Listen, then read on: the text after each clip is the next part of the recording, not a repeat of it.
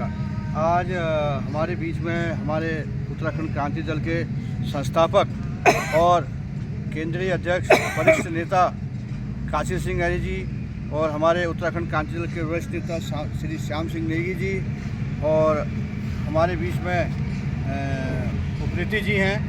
आप भी उत्तराखंड क्रांति दल के वरिष्ठ नेताओं हैं। और हमारे बीच में आज जो है विशिष्ट हमारे बीच में जो है शंभू लखेड़ा जी काशीपुर से एक आवाज़ है, क्रांतिकारी आवाज़ है, वो भी हमारे बीच में हम लोगों के बीच में उपस्थित हैं। और हम जो है कुछ मैं समय बोला है, मीडिया से जागरूक हूँ आपके सामने। और हमारे बीच में हमारे उत्तराखंड क्रांति दल के संस्थापक काशी सिंह अरे जी विराजमान हैं।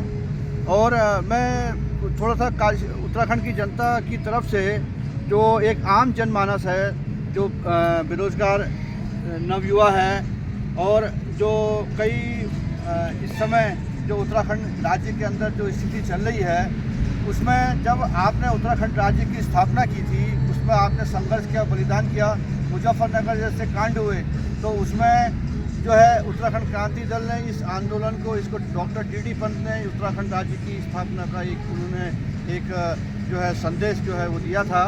तो उसमें क्योंकि आप शुरू से छात्र राजनीति से आप जो है आपने करी, राजनीति करी है उत्तराखंड राज्य की, तो आज आपको लगता है कि आज उत्तराखंड क्रांति दल की जो है भूमिका जो रही, जो लोगों की अपेक्षाएं थी उत्तराखंड राज्य को बनाने में, उसको तो उसमें उत्तराखंड क्रांति दल कहीं ना कहीं से वो भी जो है आज विपक्षी की भूमिका में भी थोड़ा सा अपने को गौण सा महसूस कर रहा है। तो इसमें आपका क्या कहना है? कई बातें हैं उसमें, केवल विपक्षी की भूमिका में नहीं है। उत्तराखंड का अंदर अभी भी संघर्ष कर रहा है। राज्य बनाया हमने और राज्य बचाने के लिए बात हुई। इन दोनों पार्टियों ने, चाहे भाजपा हो कांग्रेस हो, इन्होंने इस राज्य को केवल लूट खसोट का जरिया बनाया और इसलिए इसको बचाने के लिए हम कोशिश कर रहे हैं कि अब उत्तराखंड का अंदर इसको बचाएगा। ये मुहिम हमारी चल रही है। तो 27 के चुनाव को लेकर आपकी क्या अपेक्षाएं हैं और आप जनता के बीच में क्या लेके जाएंगे कि आपने क्या प्राप्त किया?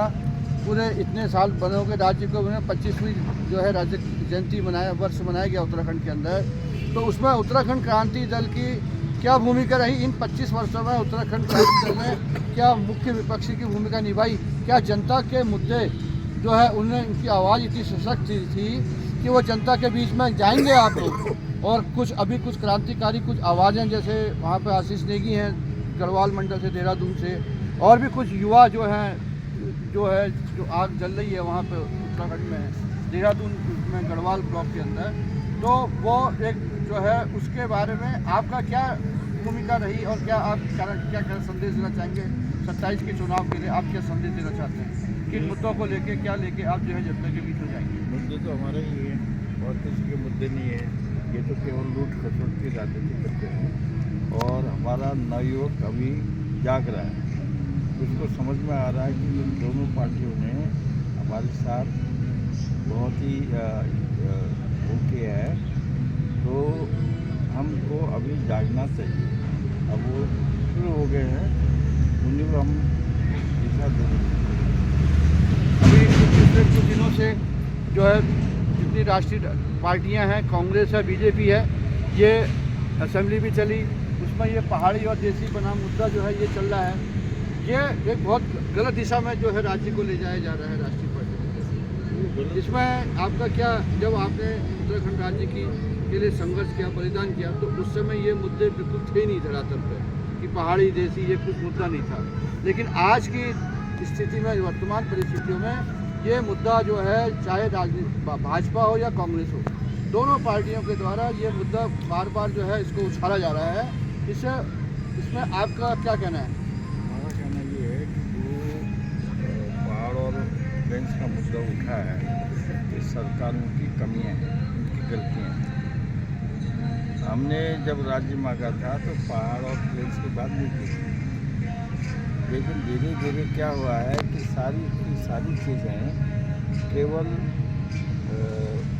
मैदान में हुई है, चाहे वो उधम सिंह नगर हो, चाहे हरिद्वार हो, चाहे केरल पोषण हो। तो पहाड़ का आदमी थका सा महसूस कर रहा है, इसलिए ये आवाज़ उठ रही है। इसकी गलती सरकार की है। सरकार को बैलेंस करके विकास करना चाहिए, लेकिन वो नहीं कर पाई। इसी मुद्दे को ये पहाड़ जय पहाड़ की वजह से हो रहा है। धन्यवाद आपका, आपने इतना समय दिया। और मैं हमारे बीच में हमारे क्रांतिकारी नेता हैं शंभू लखेड़ा जी, आपका भी मैं पक्ष जानना चाहूँगा कि आपका क्या अपेक्षा है उत्तराखंड की जनता से, क्योंकि आप लगातार संघर्षशील रहे हैं। आपने हर मुद्दा जो है बड़े उसके साथ उठाया है, जो सोच तो आपके भी जो है क्या अपेक्षाएं हैं? सर, सबसे पहले तो मैं बहुत बहुत धन्यवाद करता हूँ हमारे केंद्र अध्यक्ष के नेतृत्व में। पहले तो काशीपुर आए और हमें मिले, और हम जैसे लोगों को मिलने का सौभाग्य प्राप्त हुआ। जब इन लोगों ने राज्य बनाया था हम पैदा भी नहीं हुए थे, और आज जो समय आज जो पहाड़ प्लेन्स की बात हो रही है, वो उत्तराखंड का आम जनमानस नहीं कर रहा है। ये भारतीय जनता पार्टी और कांग्रेस ने की है।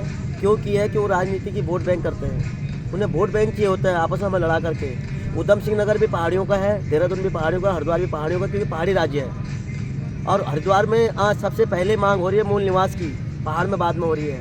क्योंकि उनको पता है कि जब उत्तराखंड क्रांति दल ने राज्य बनाया था, राज्य की लड़ाई लड़ी थी, तो 43 की 43 शहादत में कम से कम 99% उत्तराखंड क्रांति दल के सदस्य थे। वो पहाड़ के लोग थे जिन लोगों ने अपने बच्चे बहन भाई खोए थे।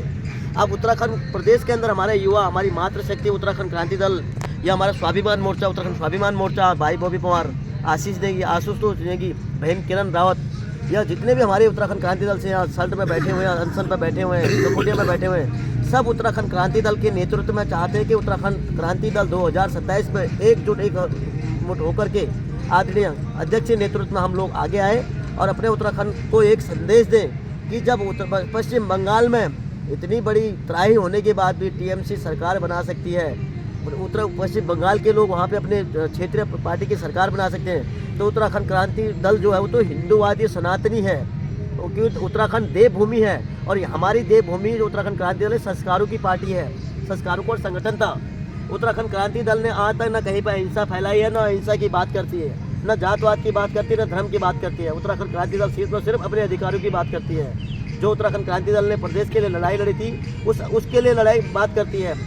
आज विपक्ष की भूमिका उत्तराखंड क्रांति दल यहाँ पे मांग रही है, जबकि विपक्ष में कांग्रेस के 10 से 12 विधायक हैं, लेकिन कांग्रेस कहीं से कहीं तक नहीं है। उत्तराखंड क्रांति दल राज्य को बचाने के लिए लड़ रहा है। मैं निवेदन करता हूँ अपने राज्यवासियों से, अपने उत्तराखंड की जनता से निवेदन करता हूँ, चाहे प्लेन्स का हो चाहे पहाड़ का हो, क्योंकि हमें पहाड़ और पहाड़ी में कोई वो नहीं है, क्योंकि उत्तराखंड एक पहाड़ी राज्य है और यहाँ पे सभी पहाड़ी लोग हैं, चाहे उधम सिंह नगर से चाहे पहाड़ से हो। मेरे सभी से एक निवेदन करता हूँ कि 2027 में चाहे स्वाभिमान मोर्चा हो, चाहे उत्तराखंड क्रांति दल हो, चाहे कितने भी संगठन हो, सब एक होकर के उत्तराखंड क्रांति दल के नेतृत्व में हम लोग एक बैनर तले चुनाव लड़े और इन राष्ट्रीय पार्टियों को सबक सिखाए कि इनको पता लगे कि हमने उत्तराखंड के जनता को हमेशा आपस में लड़ाया और अपने घर भरे। और उत्तराखंड क्रांति दल को अगर एक मौका मिल गया तो स्थायी राजधानी गैरसैंण पहला मुद्दा उन्हीं का था, वही है, वही करेंगे। मूल निवास 1950 वो तराई क्षेत्र के लिए भी और पहाड़ी क्षेत्र के लिए भी है, ना कि सिर्फ उस पहाड़ी क्षेत्र के लिए, क्योंकि तराई क्षेत्र में 1950 से पहले लोग रह रहे हैं। उसके बाद भू कानून बिल जो उधम सिंह नगर हरिद्वार में नहीं है, वो उत्तराखंड क्रांति दल लेके आएगी, क्योंकि उत्तराखंड उधम सिंह नगर में बाहर के लोग अभी बसाए जा रहे हैं, कल के बाद वो पहाड़ में बसाए जा रहे हैं। तो ये बीजेपी का षड्यंत्र है, कांग्रेस का षड्यंत्र है, जिसको उत्तराखंड क्रांति दल नकार करते हैं, नकारती है। तो मेरे सभी से ये निवेदन है, सभी से आह्वान करता हूँ कि आने वाले 2027 हमारे पास सिर्फ और सिर्फ 1.5 साल बचा हुआ है।